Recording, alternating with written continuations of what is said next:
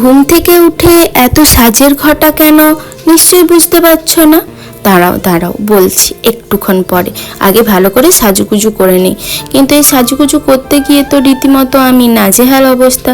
হ্যাঁ, মানে নাজেহাল বলতে ওই আর কি, কী যে কানের পরবো সেটাই বুঝতে পারছি না। বহুদিন কিছু পরা হয় না, তাই ভাবলাম তোমাদেরই জিজ্ঞাসা করে নিই যে কোনটা পরা যায়। বলো তো কোনটা সুন্দর লাগছে আমাকে, এই কানের ঝুমকোটা না এই কানের ট্যাপটা? বলো প্লিজ। যদিও এই ঝুমকোটা আমার কানে একটু ভারী ভারী লাগছিল অনেকদিন এরকম কিছু না পরার জন্য, তাই ওই কানের ট্যাপটা পরেই রেডি হয়ে যাচ্ছিলাম। এ বাবা, যা, সেন্টটাই তো মাখতে মুখ ভুলে গিয়েছিলাম, তাই সেটা মেখে নিয়ে ফুসফুস করে তারপর বেরিয়ে পড়েছিলাম রেডি টেডি হয়ে। কোথায় যাব সেটা তোমায় একটু পরেই জানাচ্ছি। ওয়েট ওয়েট ওয়েট, হ্যাঁ হ্যাঁ হ্যাঁ হ্যাঁ, এবার শোনো। হ্যালো এভরিওয়ান, সবাই কেমন আছো? আমি খুব ভালো আছি। Welcome to Anita's diary. তো ঘুম থেকে উঠে দেখতে পাচ্ছ রেডি টেডি হয়ে গেছি। হ্যাঁ, একটা জায়গা যাব, সেটা হলো আমরা মন্দির যাব।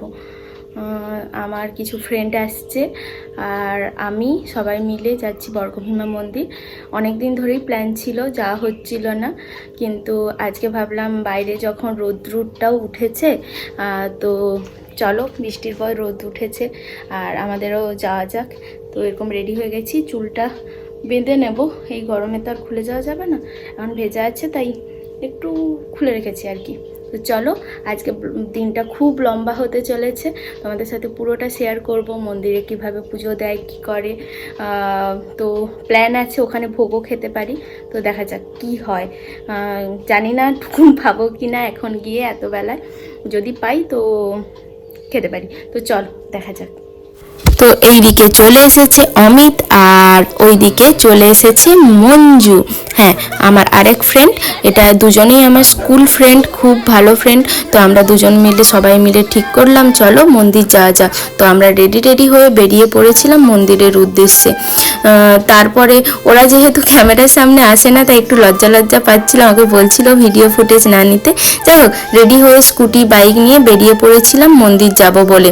তো বাকি ভিডিওটা কন্টিনিউ করছি মন্দিরে গিয়ে। তো চলো।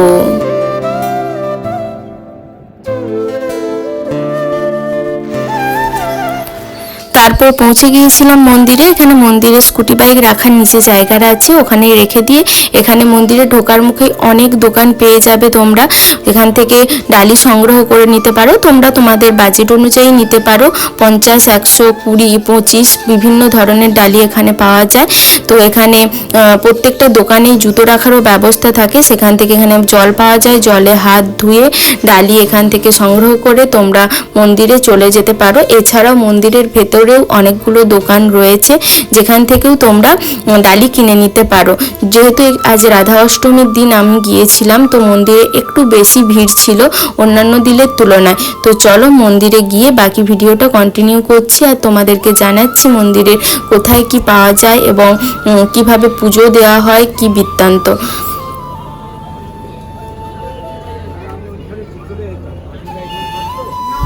এই যে টেবিলটায় কাগজ পেন দুটোই থাকে, এখানে তোমরা যার নামে পুজো দিতে এসেছো তার নাম, গোত্র বা নিজের নাম গোত্র লিখে এখানে পুজো দিতে পারো। এই যে সামনে দেখছো এখানে অঞ্জলি হচ্ছে, অঞ্জলি দেওয়ার জন্য তোমাদের কিছুই খাওয়া চলবে না, চা বা শরবত খেতে পারো, আদারওয়াইজ অন্য কিছু খাওয়া যাবে না, তাহলে তোমরা অঞ্জলিটা দিতে পারবে না। অঞ্জলি ফার্স্টে দিতে হয়, দেন পুজোর জন্য লাইনে দাঁড়াতে হয়। পেছনে ওখানে একটা বড় লাইন পড়ে, সেখানে দাঁড়িয়ে আমরা মন্দিরের ভেতরে মন্দিরের গর্ভগৃহে ঢুকে আমরা পুজো দিতে যাই। চলো তোমাদের মন্দিরটা ঘুরে দেখাই। এই যে ঘরগুলো দেখছো এখানে বিয়ে অন্যান্য অনুষ্ঠানের জন্য প্রোগ্রাম করা হয়ে থাকে। আর চলো ওই পাশে, এই পাশটা দিয়ে এগিয়ে গেলে সাইডে একটা ঘর দেখতে পাচ্ছ, এখানটা আমাদের ভোগ বিতরণ হয়ে থাকে। এখানটাই যারা মায়ের ভোগ খেতে চায় এখানটায় বসিয়ে খাওয়ানো হয়ে থাকে। এছাড়াও বাড়িতেও তোমরা এখান থেকে ভোগ নিয়ে যেতে পারো, কিন্তু সেটার জন্য তোমাকে অনেক আগে থেকে এদের সাথে কন্ট্যাক্ট করতে হবে। এই জায়গাটায় কুপন পাওয়া যায়। এখানে ভোগ খেতে হলে 110 টাকা করে লাগে, 1:30 থেকে শুরু হয়, 1:30 থেকে এটা স্টার্ট হয়। যদিও 9টার মধ্যে এই কুপনটা কালেক্ট করার চেষ্টা করবে, না হলে না পাওয়াই যেতে পারে। যদিও আমার ভাগ্য ভালো ছিল, সেই দিন আমি পেয়ে গিয়েছিলাম। তারপর আমরা এই লাইন দিয়ে চলে গিয়েছিলাম মন্দিরের গর্ভগৃহে। এখানে বেশিক্ষণ আমাদের দাঁড়াতে দেওয়া হয় না, কারণ প্রচণ্ড ভিড় থাকে, বেশিক্ষণ দাঁড়াতে দেয় না। তাই এখানে ঠাকুরমশাই রয়েছেন, এখান থেকে তোমার ডালিটা নেবে, মায়ের ফুল দিয়ে, আর তোমরা এখানে দক্ষিণা বাক্স রয়েছে, ওখানে দিয়ে মাকে প্রণাম করে তোমরা এখানে পুজোটা কমপ্লিট করে নিতে পারো। তো চলো তোমাদের সাথে মন্দিরের কিছু গল্প চলো বর্গভীমা মন্দির নিয়ে তোমাদের সাথে কিছু গল্প শেয়ার করি, যতটা আমি জানি আর কি। হ্যাঁ, এই বর্গভীমা মন্দির কিন্তু আজকের মন্দির না, এটা হলো আমাদের 51 পীঠের মধ্যে একটি পীঠ। এটি অন্যান্য আর 4-5টা পীঠেরই মতো এই পীঠটিও খুবই জাগ্রত, এবং এই পীঠেও রয়েছে অনেক অলৌকিক কাহিনী এবং ঘটনা। বলা হয় যে এই পীঠটি আজকের না, যখন এখানে জনবসতি তৈরি হয়নি তার আগে থেকেই এই স্থানে এই মন্দিরটি রয়েছে। পরবর্তীকালে যুগের পরিবর্তনের সাথে সাথে সেটি আরো আপগ্রেড হয়েছে।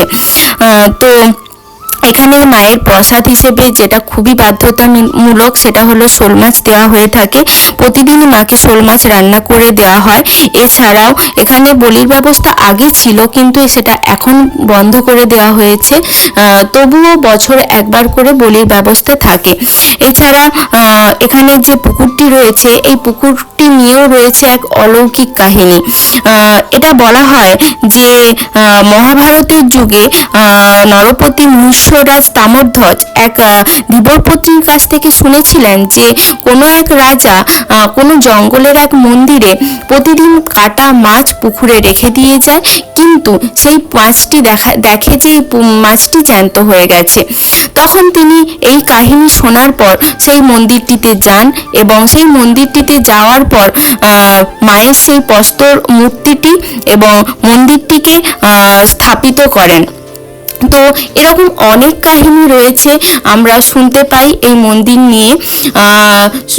সত্যি কথা বলতে আমাদের মেদিনীপুরের বর্গভীমা মন্দির হলো আমাদের একদম কি বলা যায় গর্বের জায়গা, বা আমরা এটা খুব লাকি বলতে পারো যে আমাদের এই 51 পীঠের মধ্যে একটি পীঠ আমাদের এই জায়গায় তমলুকে রয়েছে। তো যারা এখনো এই মন্দিরে আসোনি, প্লিজ একবার হলেও আসো, মায়ের আশীর্বাদ নাও। সত্যি বলছি, মন ভালো হয়ে যাবে এখানে। এছাড়াও বিয়ে, অন্নপ্রাশন, অনেক ধরনেরই অনুষ্ঠান এখানে হয়ে থাকে।